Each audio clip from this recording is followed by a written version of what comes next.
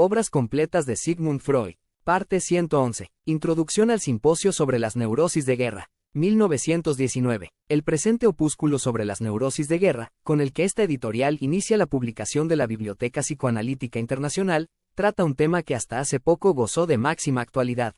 Cuando este tema fue planteado para su discusión en el V Congreso Psicoanalítico de Budapest, acudieron representantes oficiales de las autoridades de las potencias centroeuropeas, para enterarse de las comunicaciones y de los debates. Como halagador resultado de estas primeras reuniones se obtuvo la seguridad de que serían instalados consultorios psicoanalíticos, donde los médicos analíticamente preparados hallarían los medios y el tiempo necesarios para estudiar la naturaleza de esos enigmáticos trastornos y la posibilidad de su modificación terapéutica por el psicoanálisis. Pero antes de que tales propósitos pudieran realizarse terminó la guerra. Los organismos estatales se desmoronaron. El interés por las neurosis de guerra se dio la plaza a otras preocupaciones. Pero, significativamente, con la desaparición de las condiciones bélicas, también cesó la mayoría de las enfermedades neuróticas producidas por la guerra. Por desgracia, habíase perdido la oportunidad de investigar a fondo estas afecciones. Cabe agregar la esperanza de que no se presente de nuevo en el futuro próximo. El episodio así concluido, empero, no dejó de tener importancia para la expansión del psicoanálisis.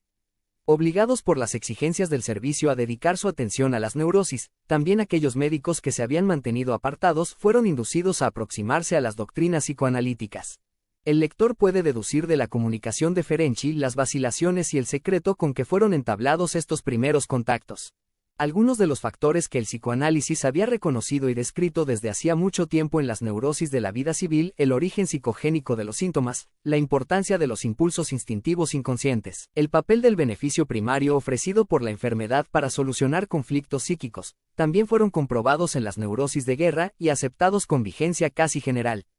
Los trabajos de Simmel demostraron asimismo qué éxito puede obtenerse al tratar a los neuróticos de guerra con ayuda de la técnica catártica, que, como sabemos, ha constituido la etapa previa de la técnica psicoanalítica. Pero no se debe conceder a la aproximación al psicoanálisis, así iniciada, el valor de una conciliación o de un abandono de los antagonismos. Si alguien que hasta el momento ha desdeñado un conjunto de afirmaciones vinculadas entre sí se ve de pronto en la situación de tener que conceder exactitud a una parte de ese conjunto, cabría esperar que vacilará a sí mismo su adversidad restante, dando lugar a cierta respetuosa expectativa de que también serán exactos los demás elementos, sobre los que aún no tiene experiencia, y por consiguiente tampoco un juicio propio. Esa otra parte, no tocada por el estudio de las neurosis de guerra, afirma que son energías instintivas sexuales las que se expresan en la formación de los síntomas, y que la neurosis surge del conflicto entre el yo y los instintos sexuales condenados por este. Sexualidad debe comprenderse, en este caso, en el sentido amplio aceptado por el psicoanálisis, no confundiéndolo con el sentido más estricto de la genitalidad. Ahora bien, como E. Jones lo expone en su comunicación, es muy cierto que esta parte de la teoría no pudo ser comprobada hasta ahora en las neurosis de guerra. Las investigaciones que podrían demostrarlo aún no fueron emprendidas. Las neurosis de guerra quizá constituyan, en principio, un material poco apropiado para tal comprobación. Pero los enemigos del psicoanálisis, en quienes la aversión contra la sexualidad demostró ser más poderosa que la lógica, se apresuraron a proclamar que la investigación de las neurosis de guerra habría refutado definitivamente esta parte de la teoría psicoanalítica. Al hacerlo, incurrieron en una ligera confusión, pues el hecho de que la investigación de las neurosis de guerra, aún muy superficial, no permita reconocer que la teoría sexual de la neurosis sea exacta, no equivale a que permita reconocer que esta teoría no es exacta. Contando con una posición imparcial y con un poco de buena voluntad, no sería difícil hallar un camino que nos condujera a nociones más claras al respecto. Las neurosis de guerra, en la medida en que ciertas particularidades especiales las diferencian de las neurosis comunes de épocas pacíficas, deben ser concebidas como neurosis traumáticas, posibilitadas o favorecidas por un conflicto yoico. La contribución de Abraham ofrece buenos indicios de este conflicto yoico. También los autores ingleses y americanos que cita Jones lo han reconocido. El conflicto surge entre el antiguo yo pacífico del soldado y su nuevo yo guerrero, agudizándose en el instante en que el yo pacífico ve claramente el peligro de muerte en que lo colocan las aventuras de su nuevo doble parasitario. Con idéntica propiedad podría decirse que el antiguo yo se protege contra el peligro de muerte mediante la fuga hacia la neurosis traumática, o que rechaza el nuevo yo considerándolo peligroso para su vida. Por consiguiente, el ejército de conscripción sería la condición previa, el terreno fértil para las neurosis de guerra. En los soldados profesionales, en un ejército de mercenarios, les faltaría esta posibilidad de aparecer. El otro elemento de las neurosis de guerra está representado por la neurosis traumática, que, como sabemos, también aparece en la vida civil a consecuencia de sustos y accidentes graves, sin relación alguna con un conflicto en el yo.